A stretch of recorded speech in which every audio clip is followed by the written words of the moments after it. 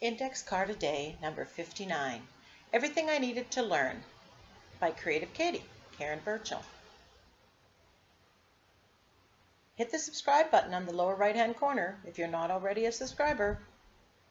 So on to black gesso. I am stamping through this stencil, this homemade stencil mask, with white gesso.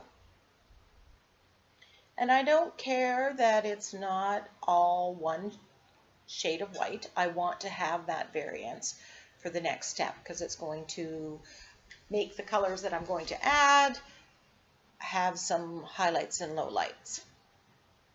So after making sure that this is perfectly dry, I'm deciding which of the Dylusions paints trios I want to use. So I'm choosing bubblegum pink, crushed grape, and the turquoise or teal color. And I'm just applying them with the applicators here and there. And I'm no rhyme or reason. I'm just kind of putting, and then I'm going to layer. Warning, you need to know when to stop. I think I went a little bit far. Some of the darker, the black parts got very, very faded, and it made one of the next steps a little bit more difficult. So there you see I kind of went too dark and I covered it up. So we get a nice look. I love that technique. Now my purple paint is very, very gloopy, and Diane on one of her videos talks about spraying water in there to reliquify the Dylusions paints. She said just because they're open, they're exposed to the air, the water evaporates. So now I'm using my Signo white, and I'm just outlining all the black parts across this.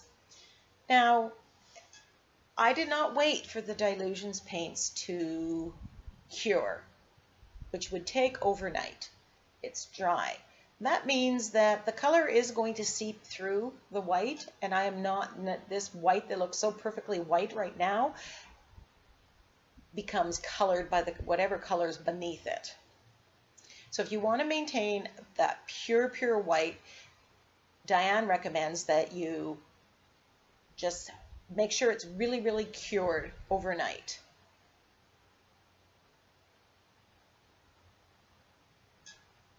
But knowing how to do something and taking the time to do it are two different things. One of these days I will do it that way and get the pristine. Now this card looks lovely just by itself. And I could have just put a phrase on it, and part of me thinks maybe I should have. That might have been a better way to go. But I found this quote: everything I needed to learn about creativity, I learned by making mistakes. And that's really true. You know, if you don't venture out and try something, you never know what's going to happen. And sometimes you discover things because you're trying to recover from a mistake or what you perceive as a mistake. So don't get too down and hard on yourself if things aren't turning out. So now that I have them spaced, I need something in the middle. So I'm digging through my stash. Now remember, I'm not in my home studio, so I have a limited amount of stuff that's here. But I did find this little fairy, and I decided to paint her wings gold instead of fussy cutting them. And I'm getting the placement just so. Now, because the white, the Uniball Signo, is not water soluble, which means it'll activate if I get it wet, I'm putting the gel medium on the back of the words. And I'm trying very hard not to brush where the Uniball Signo is, because I do not want to reactivate it and smudge it. That's also why I'm using gel medium as opposed to Mod Podge. Mod Podge is way more liquidy, and it would definitely cause more smearing to happen. So that's one reason you might want to have both of those on hand. So giving it a quick dry, and I think I go back and I apply a little bit more matte medium because some of the girl was shiny and I wanted to be all matte. So a quick trim, and I'm kind of liking this, but then I decide that I need to outline it. So I'm outlining the words with the black.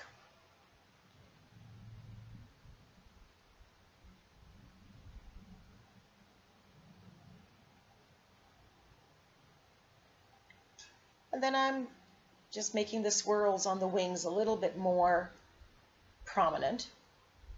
They got faded by painting the gold on them. And I'm outlining the little fairy.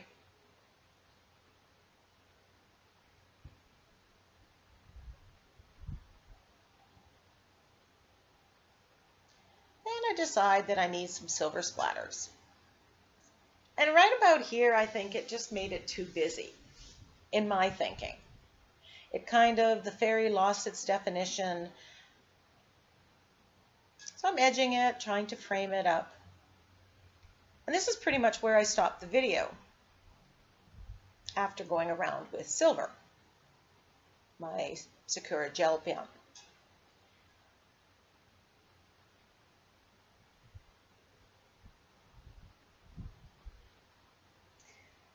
So I'm thinking I'm done, but off camera, I go around and I outline the fairy in white, and then I still don't like it. It's too busy and it doesn't stand out from the background, and then I outlined it in gold. And I like that much better. I also touched up anywhere where the splatters went over the letters, just to finish it off. Thank you so much for joining me on my ICAD 2016 journey. 2 more ICADs to go. Come and check out my Facebook group.